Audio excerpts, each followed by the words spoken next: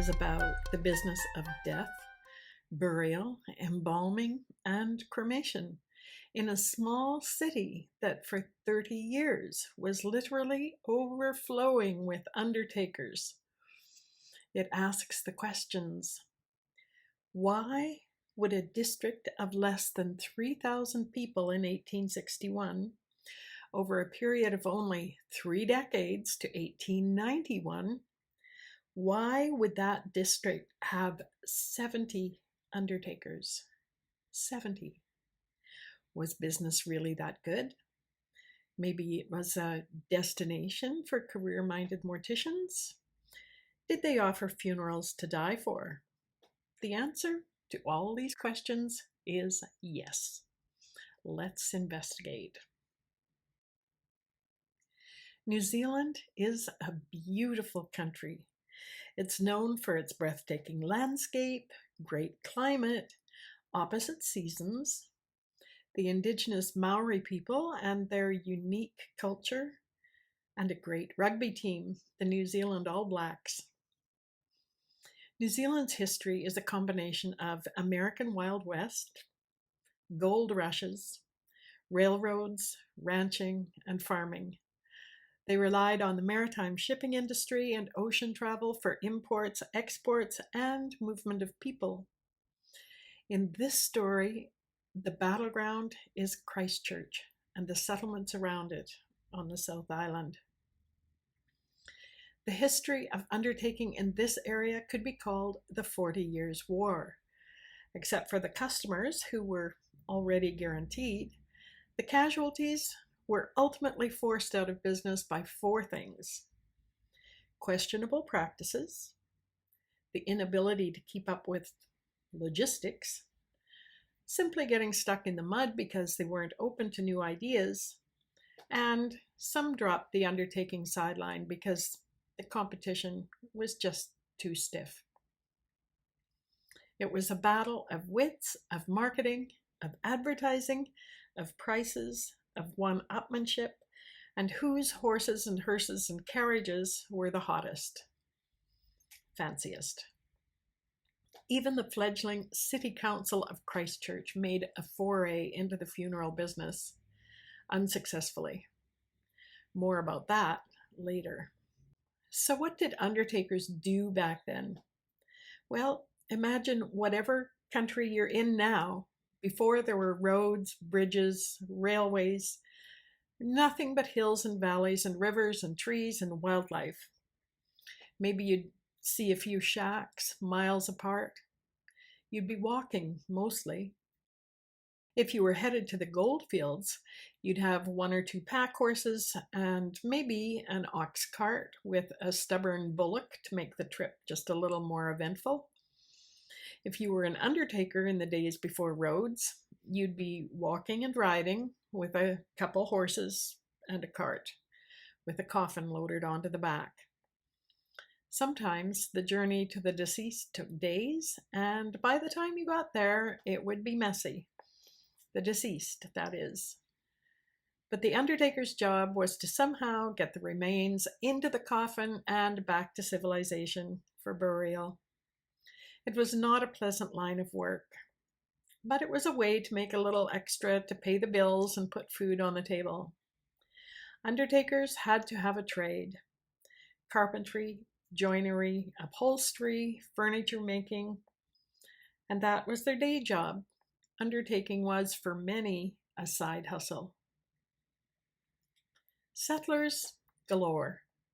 Between 1840 and 1850, land was allocated, settlements and towns sprang up, and district and town councils struggled with the usual issues: clean water supplies, garbage disposal, schools, taxes, health care, bylaw enforcement, and, eventually, what to do with sewage.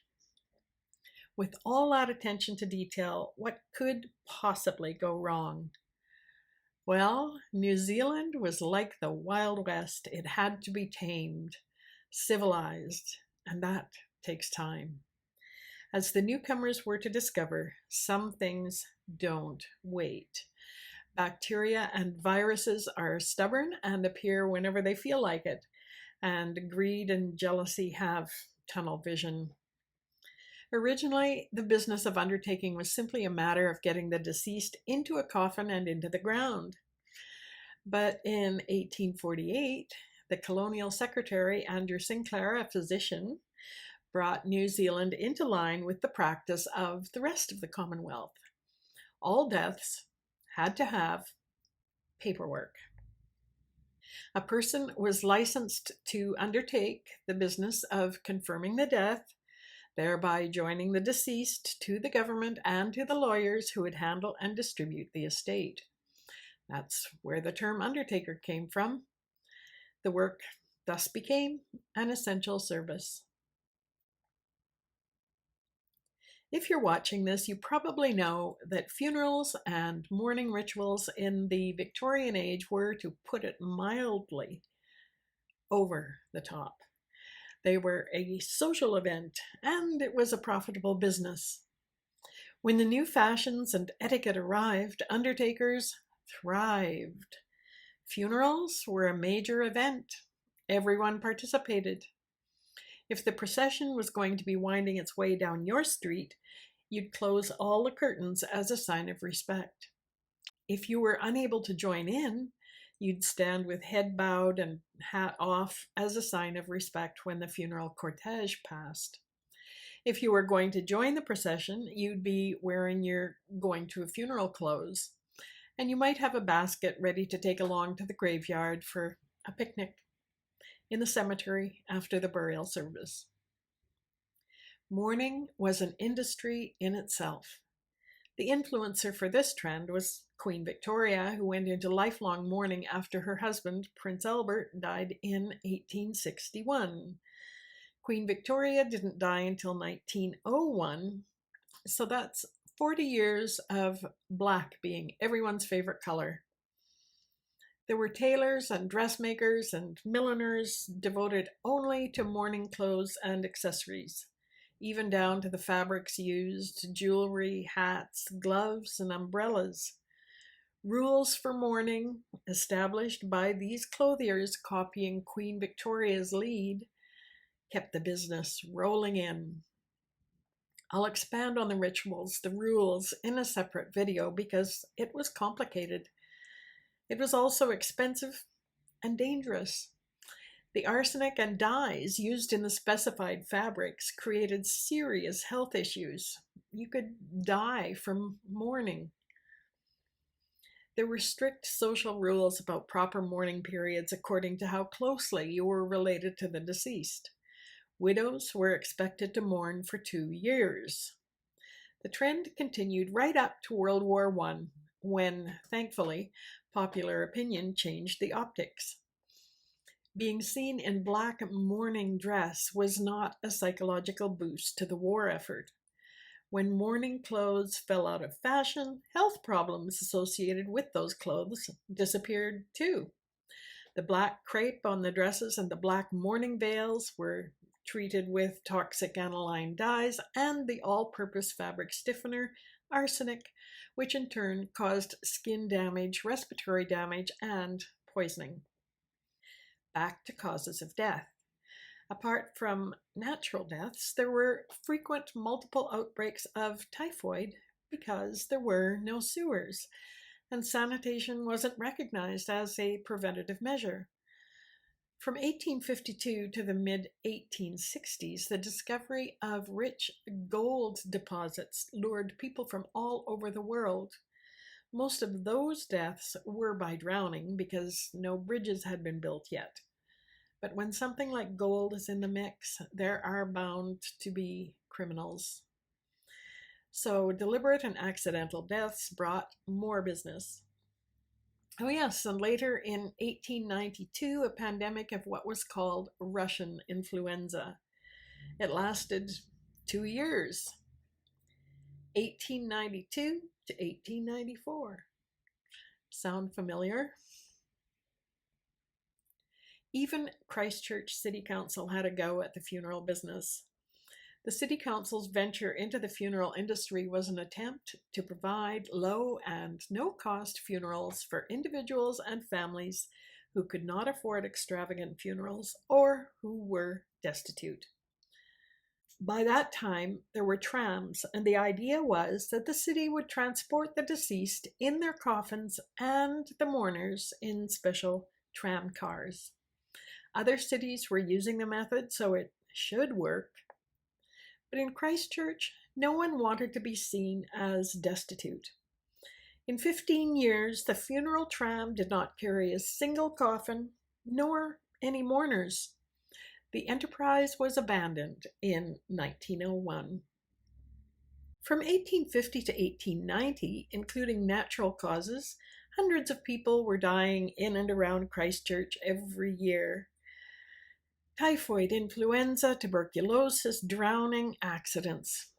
In 1851 in Christchurch and the area around it, there were 2 undertakers for a population of about 2,000 people. Here's a visual of how the immigrant population completely took over the islands. As the population grew astronomically, so did the need for undertakers. Business went viral in Christchurch and the settlements around it. Every year between 1861 and 1890 saw undertakers moving into the area and setting up shop. 2, 3, 4, 5, 6 at a time every year. By 1890, of course, some of the 70 who had appeared over those 30 years had retired or gone bankrupt or died or moved to where there was less competition. By 1900, Christchurch and the surrounding districts had a population of just under 25,000 people. But the need for undertakers was always there. Embalming. In 1880, one of these undertakers, a Mr. Walter Langford, went to Sydney, Australia to earn his certification in embalming. New Zealand's only regulation about embalming at that time was that if the deceased was being transported out of the country, it was mandatory. The practice took hold, and embalming soon became the trend. However, these were the days before formaldehyde. Formaldehyde didn't come into use until the mid-1890s. The embalming fluid used was a liquid arsenic solution. Its purpose was to disinfect the body and slow decomposition. Apparently, the effects lasted 3 months.